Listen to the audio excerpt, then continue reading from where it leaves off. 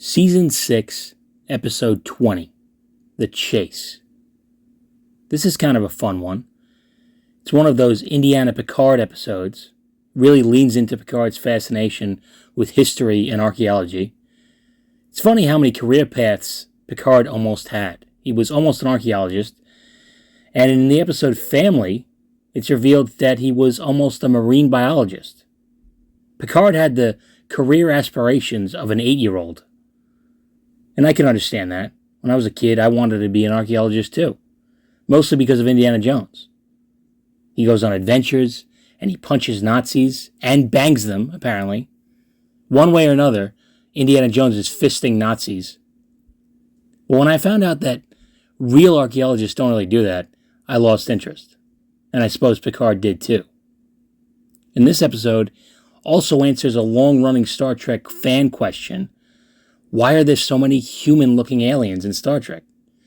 I mean, the answer is obviously budget-related, but in the universe, the explanation is revealed in this episode, which is nice. Anyway, let's just get to it. The episode opens up with the Enterprise on a survey mission of some stars. So for everyone who says it should be called Planet Trek because they never go to a star, there you go. They're literally Star Trekking right now. And Riker calls Picard into the observation lounge where he meets his old archaeology professor, Richard Galen. And he shows Picard an ancient alien artifact called a Kurlan Neskus. And Picard is in awe of it. He says it's over 12,000 years old, and it's basically just a glorified Russian nesting doll made out of ceramic. I mean, let's not get crazy here. Get a hold of yourself. And Professor Galen explains that he's in the middle of an important expedition and he wants Picard to come with him. At one time, Picard considered becoming an archaeologist, but instead chose Starfleet, obviously. And Professor Galen seems pretty insulted by this. He calls him Mr. Picard instead of Captain or Jean-Luc. And he says he's on the verge of a major discovery that will shake the galaxy to its core. But he needs Picard's help. He says he's not a young man, which is odd because Picard is not really a young man either. But basically he just wants a younger archaeologist buddy to come with him on this expedition in case he falls down a mountain or something and dies before he can make his discovery. And Picard basically says he'll sleep on it. But he doesn't spend too much time thinking it over. He knows he can never leave the Enterprise. He didn't dedicate his entire life to this profession just to leave it on a whim when his old teacher feels like he needs a sidekick. And when Picard goes to tell him this, Galen is already acting as though Picard has agreed to go. He's got their itinerary all planned out like a big fucking nerd. And Picard interrupts him and says that the Enterprise is not something he can leave and come back to. If he goes for good. And he's obviously not prepared to do that. And Professor Galen does not take it well. That's putting it mildly. He says Picard is making the same mistake twice.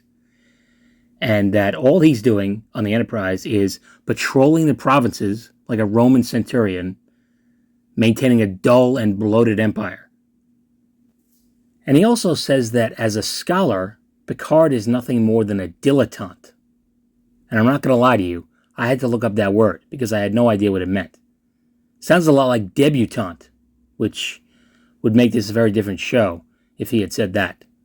But a dilettante is a person who cultivates an area of interest, such as the arts, without any real commitment or knowledge. So, this old dickhead is basically gatekeeping archaeology. And he says that Picard could have been the foremost archaeologist of his generation. And I quote, "Your achievements could have outstripped even my own." So, basically he's saying that if you didn't waste your life becoming captain of the Federation flagship, you could have maybe had a shot at being as great as me. And Picard is nothing but nice to him even after this tirade. I mean, I would have told this dude to pack his shit and get the fuck off my ship after this. But ever the diplomat, Picard takes it all in stride. Professor Galen may be on the verge of a fantastic discovery, but nothing he finds in the dirt on some random planet is going to change the fact that he's a vindictive, sad little man. And he even has the audacity to ask Picard once more if he'll go with him. And of course, Picard says no for the final time. So Galen leaves on his own. And it's not too long before the Enterprise receives a distress call from Galen's shuttle. He's under attack. The Enterprise rushes to his rescue, and they destroy the attacking ship, and they beam Galen aboard, but he's been shot in the chest, and he's dying. And before he dies, he tells Picard that he was too harsh on him. Yeah, no shit. And they spend some time trying to decipher Galen's work. It must be pretty important if people are willing to kill him over it. And they end up spending the middle part of the episode going from planet to planet, looking for various DNA fragments that Galen had been collecting. They all share a commonality. They speculate that the DNA was left on these worlds by an ancient alien civilization that predates all other humanoid species. And once they arrive at one of the key planets, they find 2 Cardassian warships there. They hail them and exchange bullshits. Neither one of them want to admit the true reason why they're here. And a Klingon ship also shows up. There's obviously a lot of interest in this seemingly insignificant planet. And of course it turns out that they're all on the same quest. Each of them have collected some of the missing DNA fragments, so Picard suggests that they pool their research to find out what's what. And everyone has a different idea of what they might find when they get to wherever it is they're going. The Cardassian captain thinks it will lead them to an unlimited power source, and the Klingon captain thinks they'll discover an ultimate weapon. And all of this is based on conjecture and speculation. But I suppose Klingons and Cardassians are not known for their commitment to the scientific method. Anyway, they wait for the computer to analyze the fragments, hopeful that it will tell them where to go. And while they wait for the results, the captain of the Klingon ship decides to play some games with Data. And it's really silly.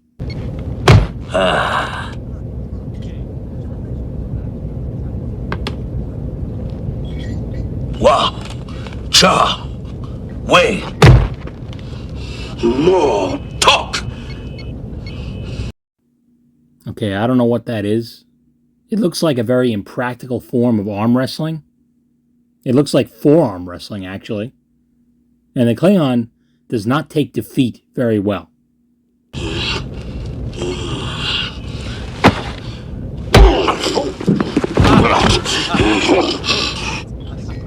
My upper spinal support is a polyalloy designed to withstand extreme stress. My skull is composed of cortinide and uranium. So he might as well be headbutting a brick wall. Don't fuck with Data is basically the lesson for the day. And they all discover where the final location is, and after a dramatic betrayal by the Cardassian captain, they all end up heading there. And some Romulans also show up. They've apparently been following them while cloaked this entire time. And they have a bit of a standoff, where it looks like they all might end up killing each other. And while this is going on, Picard and Crusher collect the final DNA sample and use the tricorder to analyze it. It puts it all together in the tricorder, and it projects an image of a person from a long-extinct humanoid species. Don't ask me how any of this works. Doesn't make much sense to me either.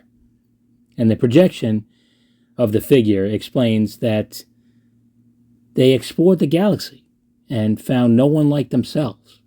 They apparently knew that they would be extinct one day, so they seeded the primordial oceans of many different worlds with their DNA, which sounds kind of gross, if I'm being honest. But at any rate, the alien continues. There is something of us in each of you, and so something of you in each other. Remember us. That's all? If she were not dead, I would kill her. The very notion that a Cardassian could have anything in common with a Klingon, it turns my stomach. So this explains why so many alien species in Star Trek are just basically humans with funny foreheads. It's a bit of a ham-fisted explanation, I admit, but it's an explanation nonetheless. Although I don't know why the alien says, remember us. Remember what? We still don't know shit about you. All we know is that the humanoid species in the galaxy share some of your DNA, and that you're dead. That's it. And after making this very profound existential discovery, they all head back to their ships. And this is never mentioned again. You'd think, the people in the galaxy would be talking about this for quite a while. But no, it ends with this episode. And the Romulan captain gives Picard a call, and he seems to extend an olive branch. It would seem that we are not completely dissimilar after all, in our hopes or in our fears. Yes. Well then, perhaps one day. One day.